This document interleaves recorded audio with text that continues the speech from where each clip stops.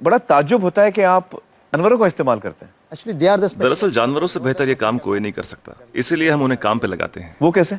देखिए, गाय के बारे में तो हम सब जानते हैं, गाय दूध देती है, पर 4-5 बछड़े पैदा करने के बाद जब गाय दूध देना बंद कर देती है तो लोग समझते हैं कि गाय बेकार हो गई है। इसी तरह लोग कचरे को भी बेकार समझते हैं, पर माइनस और माइनस के मिलने पर ही प्लस बनता है। To minus always plus. बस इन दोनों चीजों को साथ में जोड़ने की जरूरत है। And every 4 hours we collect in the bulk इसलिए हम सब्जी मार्केट से हर 4 घंटे में बचा हुआ माल उठाते हैं। fruit mandis. So there's कुदरत ने हर चीज के लिए वक्त दिया है, अगर उस वक्त के अंदर आप सही इस्तेमाल कर ले तो वो चीज बेकार नहीं रहती, उसमें से कुछ काम की चीज निकलती है। resource. So the dry इसलिए हम अपने प्रोजेक्ट में गाय को अपॉइंट करते हैं, हर 35 किलो छिलकों के लिए एक गाय। उनका काम है इन सब्जियों के ताजे छिलकों को खाना, गोबर देना और फिर शेड में आराम करना, रिटायर्ड जिंदगी जीना।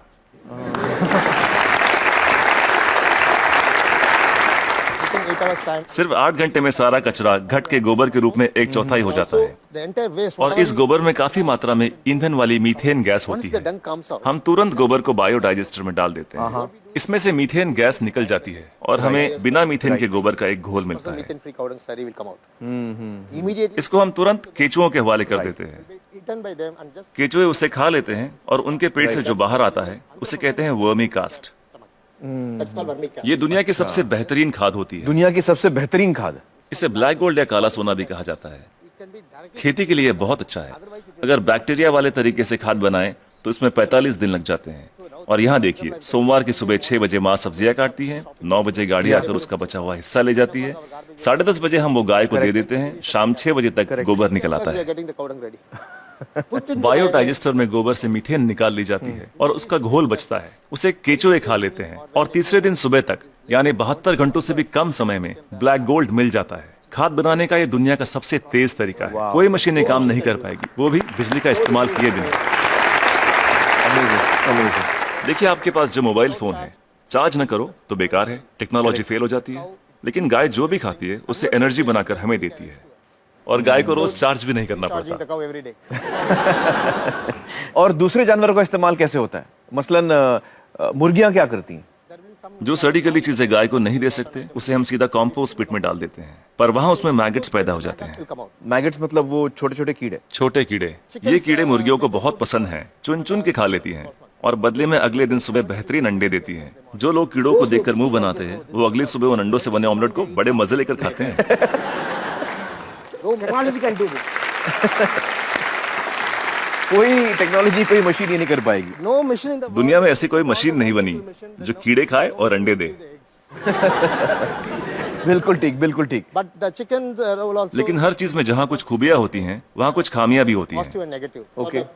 मुर्गियों के साथ एक परेशानी है, आप चाहे पूरा दिन उनसे काम ना लें, आराम करने दें, In the daytime, फिर भी वो रात को काम नहीं करेंगी। night time it never work. तो रात को कौन काम करता है? For that रात we को हमें are- मेंढक को काम पर लगाना पड़ता है और वो सिर्फ नाइट ड्यूटी ही करते हैं। कुदरत का करिश्मा है, एक दूसरे की कमी को पूरा कर देते हैं, ना तनख्वाह मांगते हैं, ना बोनस, ना यूनियन बनाते हैं, ना हड़ताल करते हैं, बस अपने अपने काम में लगे रहते हैं। सही है, सही है। तो मुझे बताइए कि ये बतखें क्या करती हैं? Duck's favorite food. बतख का पसंदीदा खाना है मछलियाँ। अब मछली बाजार का कचरा म्यूनिसिपैलिटी के लिए सरदर्द होता है, पर वही मछलियाँ बतख के लिए दावत हैं। तो अगर आप हर 3 घंटे में मछली बाजार का कचरा उठा के बतखों को दे दे तो ये तुरंत हजम कर लेंगी। 15-20 मिनट में सब कुछ सफाचट, और कचरा अगले दिन बतखों के खूबसूरत अंडों में तब्दील हो जाएगा। The whole thing will be conducted with beautiful way. Normally the ducks will lay आमतौर पर बतखें हर महीने 8 से 10 अंडे देती हैं, लेकिन जब हम उन्हें मछलियों और दूसरे नॉनवेज की खुराक देते हैं तो 24-24 अंडे देना शुरू कर देती हैं। ओह, and if I have 20 ducks then multiplied by yeah, we have हम हर 11 मादा पे एक नर बतख रखते हैं। duck on one male duck. why 11 female and 1 male? हमें तो अंडों से मतलब है, एक ही नर बतख काफी है। तो ये जानवर आपके लिए बहुत अहमियत रखते हैं। They are the people doing जी बिल्कुल, इनकी वजह से ही तो इतने बढ़िया नतीजे मिल रहे हैं। तो इस वक्त आप किसी प्रोजेक्ट पे काम कर रहे हैं? Yeah, right now I'm working with Coimbatore. फिलहाल कोयम्बतूर में काम चल रहा है, डिस्ट्रिक्ट रूरल डेवलपमेंट एजेंसी के साथ। हम 10 ग्राम पंचायतों का काम संभाल रहे हैं जो एक म्यूनिसिपैलिटी के बराबर है।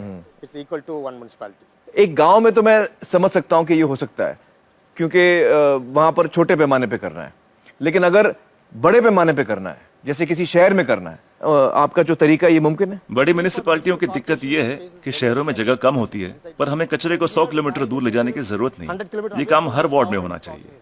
इसलिए डिसेंट्रलाइज मेथड अपनाना बहुत जरूरी है। छोटे छोटे स्तर पर करना चाहिए। Decentralise method. लोग हजारों टन कचरे से एक साथ निपटना चाहते हैं, पर ये सोच ही गलत है। अगर मैं आपको एक बड़ा कटहल दूं, तो आप उसे एक साथ एक बार में खा सकते हैं, लेकिन अगर उसके छोटे छोटे टुकड़े कर दें, तब खाना आसान हो जाएगा। इसलिए हर 2 किलोमीटर के रेडियस पे SLRM सेंटर होने चाहिए। SLRM सेंटर क्या होता है? Solid and liquid resource management centre. तो हर 2 किलोमीटर पे ये सेंटर होना चाहिए। जी, डिसेंट्रलाइजेशन एक कामयाब तरीका है। साथ ही कचरे को अलग अलग इकट्ठा करना भी बेहद जरूरी है। मिसाल के तौर पर सलून में से सिर्फ 6 तरीके का कचरा निकलता है। वो क्या? महिलाओं के बाल, पुरुषों के बाल, ब्लेड, क्रीम लगे हुए पेपर या टिश्यू, आफ्टर शेव, कॉस्मेटिक्स वगैरह के डिब्बे और कुछ बचा हुआ खाना और फूल वगैरह। Some flowers, other things. So we don't. हम नहीं चाहते कि ये चीजें बाकी का कचरा ले जा रहे ट्रक में मिलाई जाए। So one way इसके लिए अलग गाड़ी होनी चाहिए। saloon. जैसे मुंबई में करीब 2000 सलून्स होंगे। 2000 saloons. एक गाड़ी सब जगह घूम के ले लेगी। हर इलाके के लिए एक छोटी गाड़ी। हाँ, अलग अलग एरिया के लिए अलग अलग गाड़ियां होंगी। हाँ। जी, सिर्फ सलून के लिए। दिन खत्म होने से पहले सब बिक जाएगा। आज की तारीख में दुनिया का सबसे कीमती कचरा है महिलाओं के बाल। 2500 रुपए प्रति किलो। वाह वाह। तो दिन भर का जो कचरा है, दिन खत्म होते होते वो इस्तेमाल भी हो जाएगा। अलग अलग इकट्ठा करें तो राज ये है, तरकीब ये है कि शुरुआत से ही मिक्स मत करो। जी, अलग अलग इकट्ठा करो और अलग अलग ही लेकर जाओ। तो आपके पास इसका पूरा प्लान है, मास्टर प्लान है? बिल्कुल है। वाह वाह। Yes, that's- तो मुझे बताइए कि ये जो आपका मॉडल है, इसमें खर्चा कितना आता है? See, this is totally self-sustainable. देखिए, ये मॉडल अपना खर्च खुद निकाल लेता है। Experience I'm telling you. मैं अपने तजुर्बे से कह सकता हूँ कि आपके घर के हर रोज के कचरे से 3 रुपए वसूले जा सकते हैं। Garbage. मतलब आप अगर मेरा कचरा लेंगे तो आप मुझे 3 रुपए देंगे? उसे 3 रुपयों में बदल सकता हूँ 3 रुपए में तब्दील कर देंगे, बदल देंगे। और कचरा उठाने का कोई भी चार्ज लिए बिना। तो मुझे बताइए कि अगर मुंबई जैसे शहर की जिम्मेदारी आपको दी जाए कि इसको आप साफ कर दीजिए, तो आपको कितना समय लगेगा, कितना वक्त लगेगा आपको? कम से कम 18 महीने। मतलब 1.5 साल। तो मतलब 1.5 साल में आप मुंबई की काया पलट कर सकते हैं। Yes. Ji, it's possible. बिल्कुल कर सकते हैं। बहुत बहुत शुक्रिया श्रीनिवासन जी, बहुत ही कमाल के सुझाव आपने दिए हैं। बहुत बहुत शुक्रिया, थैंक यू।